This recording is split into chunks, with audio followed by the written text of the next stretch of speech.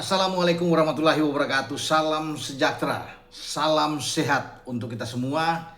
Semoga juga teman-teman bersama seluruh keluarga teman-teman dimanapun teman-teman berada dalam keadaan baik-baik saja. 10 gol tercipta dalam perebutan tempat ketiga Piala Dunia 2026 yang berlangsung di Stadion Miami. Luar biasa. Pertandingannya benar-benar menarik, jual beli serangan. 4 gol sudah terjadi di babak pertama dan 4 gol itu semua dari Three Lions Inggris. Tampil luar biasa di babak pertama, ya. Tetapi agak berbeda ketika tampil di babak kedua di saat Didier Deschamps memainkan pemain-pemain terbaik dia untuk bisa mendukung kinerja Mbappe di lini depan yang tidak jalan sepanjang babak pertama. Dembele masuk, Olise juga ikut dimainkan, Barcola juga ikut dimainkan. Dan kita bisa melihat hasilnya memang luar biasa di babak kedua. Kendali permainan ada di Prancis. Dan Prancis bisa menipiskan kedudukan itu sampai bahkan 4-3. Mbappe membuat brace dalam pertandingan ini. Membuat namanya itu ada di atas dalam hal pencetak gol terbanyak. Unggul 2 gol dari Messi. Sekarang Mbappe dengan 10 gol dan Messi 8 gol. Kalau Messi ingin menjadi top skor, Messi harus bisa membuat hat-trick dalam pertandingan final yang akan dimainkan pada Senin dini hari menghadapi Spanyol. Kita kembali ke Inggris dan Prancis. Di babak kedua ada 6 gol yang terjadi. Ketika situasi dan kondisi seperti berbahaya bagi Inggris, Tuchel sebenarnya memainkan di awal itu ada sebuah kesalahan yang saya lihat. Rashford yang main bagus di babak pertama, yang banyak menekan dari sisi kiri atau pertahanan kanan di mana Gusto pemain Prancis yang sulit untuk bisa mengatasi karena dua alur ini kan kuat. Saka ada di kanan dan Rashford itu sangat-sangat kelihatan sekali babak pertama. Nah, Rashford ditarik keluar. Oli Watkins masuk, teman-teman. Padahal yang sebenarnya ditarik keluar harus lebih cepat ditarik keluar adalah Ivan Toney yang tidak berkembang sama sekali sepanjang babak pertama. Di 45 menit babak pertama tidak jalan. Nah, boleh Watkins masuk tetapi Toney yang ini. Dengan Watkins masuk, ya pemain Aston Villa ini berarti ada dua striker yang di depan, dua pemain ya nomor 9 ya. Karena kan di Aston Villa juga Oli Watkins ini adalah pemain yang oke, ya, yang bagus ya. Tetapi itu yang mengurangi intensitas serangan Inggris ketika Rashford ditarik keluar, membuat permainan berubah di sini. Kalau mungkin Toney yang ditarik keluar akan menjaga keseimbangan. Artinya Gusto juga dari kanan tidak akan mudah untuk bisa bergerak ya, karena tekanan itu datang dari sisi posisi sebelah kiri ya, yang selalu, dan Rashford bisa membuat satu assist kan dengan gol Bukayo Saka di babak pertama setelah Inggris membuka keran gol mereka lewat Declan Rice. Baru kan ada gol yang bertubi-tubi yang jadi dengan Saka dan membuat gol demi gol yang terjadi di babak pertama itu. Nah, ketika Rashford keluar, itu yang menjadi keseimbangan Inggris itu hilang ya. Dan ini momentum dimanfaatkan oleh Prancis karena Prancis sudah dengan ada Barcola, ada Olise dan Dembele itu membuat memang berubah sekali, dan Mbappe bisa membuat brace di sana.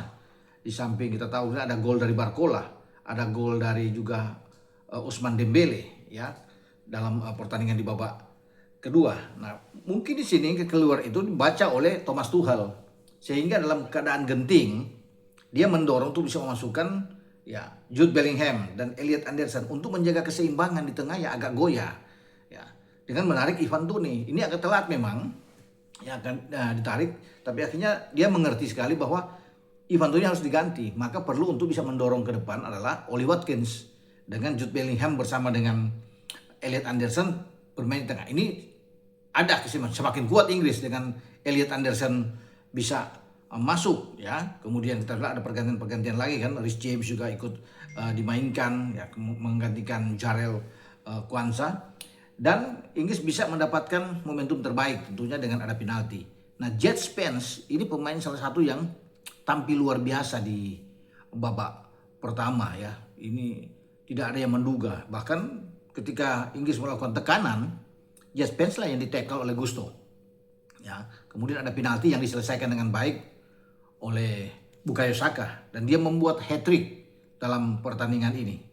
Bagi Saka ini tentunya ini kenangan manis buat dia, makanya bolanya tuh diambil, dia tidak kasih ke siapa-siapa karena ini bola yang bersejarah yang dia akan bawa pulang ke Inggris ketika dia membuat hat-trick dalam pertandingan perebutan tempat ketiga melawan Prancis. Di saat Inggris unggul dengan eh, 5-3 itu kemudian ada serangan balik lagi dan akhirnya dari Dayot Upamecano untuk bisa memberikan umpan terhadap eh, Dembele yang akhirnya mengecoh Chalobah. Chalobah itu masuk menggantikan Gueye di babak kedua dan akhirnya skor tipis juga 5-4 sebelum ada gol yang mematikan dari seorang Bellingham. Dan gol ini itu sangat cantik.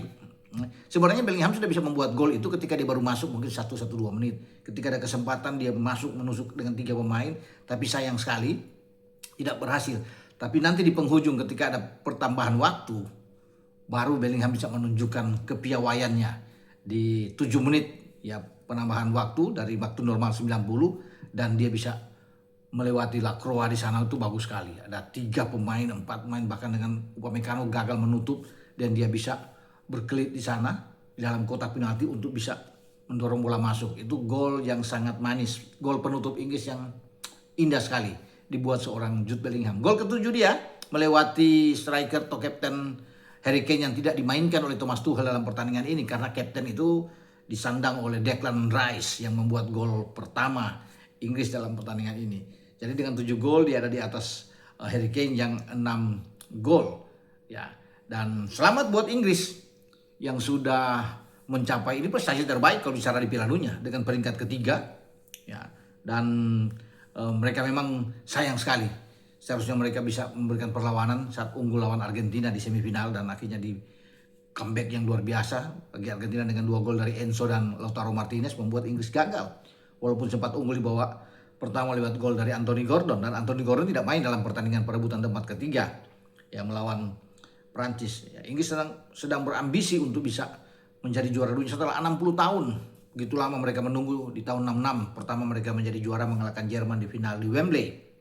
Dan tidak mengapa, saya pikir mereka sekarang sudah mendapatkan posisi ketiga di Piala Dunia. Inggris masih punya harapan ke depan tentunya karena banyak pemain-pemain muda mereka termasuk Kobbie Mainoo yang tidak dimainkan dalam pertandingan ini karena banyak muda-muda. Jarell Quansah masih muda, Anthony Gordon masih bisa bermain, paling tidak di Euro 2 tahun depan mereka berbahaya.